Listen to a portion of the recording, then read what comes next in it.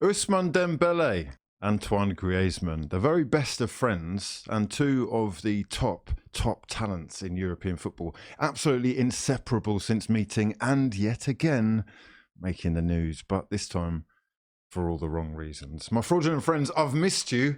I hope you're doing well and looking after each other in these turbulent times. We're all we've got, people. This is for the ones who As you can see, I'm working on things behind the scenes. I haven't slept for 3 days. Half the time I don't even know what day it is. And now I organise my life and sometimes my calendar in order of football fixtures. Hopefully you're doing well and I'm much the same. You can say hello on Instagram. I'm there a lot these days. I'm not sure actually what I'd be doing without the Euros. I've been loving all the football. It's been almost bi-daily. And it is another example of how the beautiful game can bring people from absolutely anywhere together. The last year's been difficult. I can't even pretend. It's been divisive, eventful.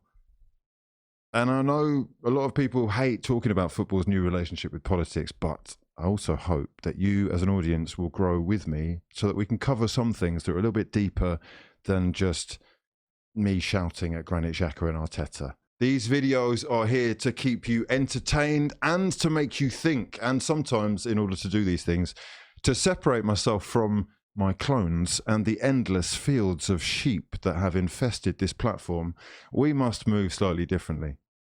The fact that you're here means we're in the same boat. We move. Today, we're going to be talking about whatever I want to talk about. So, here is a question. Why does racism against Asian people seem to not get the same amount of airtime?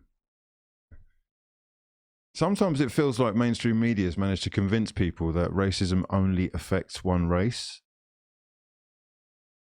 The truth is, I don't know why, but the critical side of my brain says maybe it just doesn't suit the narrative. Now, unless you've been living under a rock or, like me, you've completely tuned out of the news for the sake of your sanity, you'll have seen that football has recently locked arms with the Black Lives Matter movement.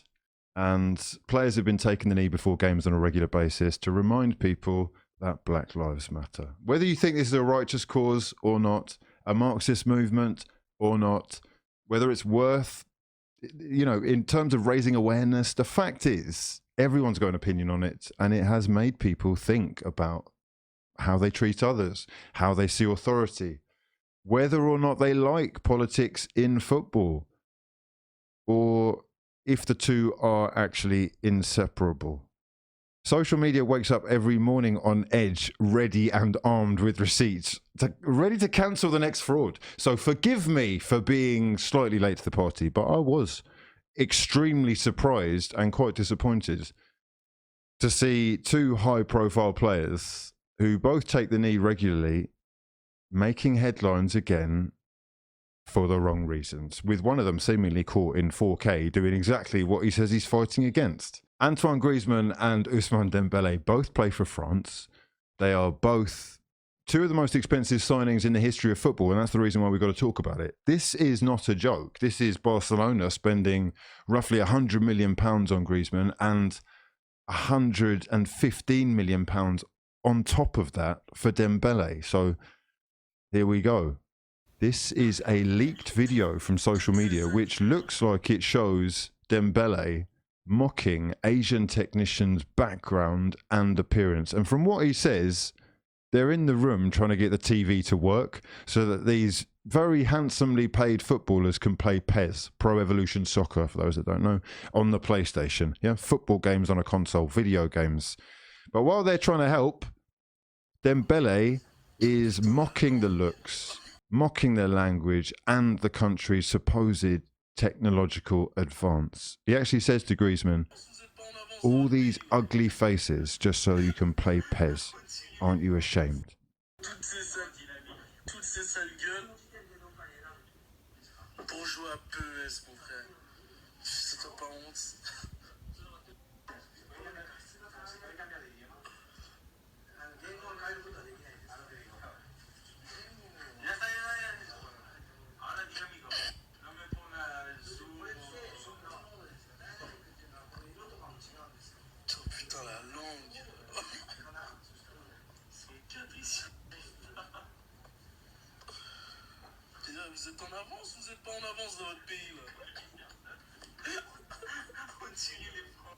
To a lot of fans, these two are successfully passing themselves off as supporters of equality and voices of the anti-racism movement, when the reality seems quite different. Griezmann is actually the face of a famous Japanese card game. Dembele said, "Oh putain la langue." What a fucking language. Votre pays là. Very difficult to translate that, but it's actually like negative tone. He doesn't want to be in their presence. What kind of backward language is that? Are you technologically advanced in your country or not? Crazy. Why is there this anti-Asian sentiment when he plays for a club whose main sponsor is Japanese? Rakuten literally fund your lifestyle. He clearly doesn't know Pez is made by Konami, a Japanese company. Imagine questioning the technological advances of a country who created the very game your mate is so desperate to play he had to call hotel staff to work out how to fix a TV. You couldn't write it, but you could upload it to Snapchat because, you know, the world really needs to see how much of a fucking degenerate you are. Self-snitching is funny, and you are clearly an idiot. When football stories break around the world, people send me them on Twitter or Instagram, and you can feel free to do the same. I may well make a video out of it. This one really did make me sit up and think. Now, from the research that I've done, it looks like this video actually came out in 2019 when Barcelona spent some of their pre-season in Japan just weeks after Griezmann signed from Atleti. But this video being old doesn't mean they're right to discriminate. Griezmann is great friends with Dembele, and he's got a checkered past, right, with regards to this kind of thing. After posting a photograph of himself in blackface as part of some fancy dress costume caused a bit of a scene on social media. Changing your profile picture to a rainbow for a week. Posting a black square on Instagram. Not posting at all in protest or taking a knee. These symbolic gestures, which may well for most be meant in good faith, mean absolutely nothing if in your everyday life you allow your friends to joke about other people like this. Right? And in my eyes, people need to know about this. This really is how it is. I don't see it being covered by any mainstream networks, so it is my job to say you are a racist, you are an ignorant fraud of the highest degree, and if you were my son, I would genuinely be ashamed of you. So, yeah, you have to be called out, and furthermore, you need to be educated about why this isn't on. What I find interesting is how it's always the racism in England or America we talk about. Racism exists everywhere, and you can see it in mainstream media. The focus on the Western world is mostly introspective. We very rarely get to see the racism in Africa, the racism in Asia, or the racism in the Middle East on our TVs here. Maybe the latter slightly more, but they do exist. And although some people will try and convince you otherwise, people of all races can be racist. Even the very footballers you idolise who are taking the knee before every game. Racism against Asian people doesn't seem to get the same airtime. I don't know why. Maybe it just doesn't suit the narrative. Will he be punished or fined by Barcelona or France? Will Rakuten continue to sponsor a club whose players are openly mocking their country's people?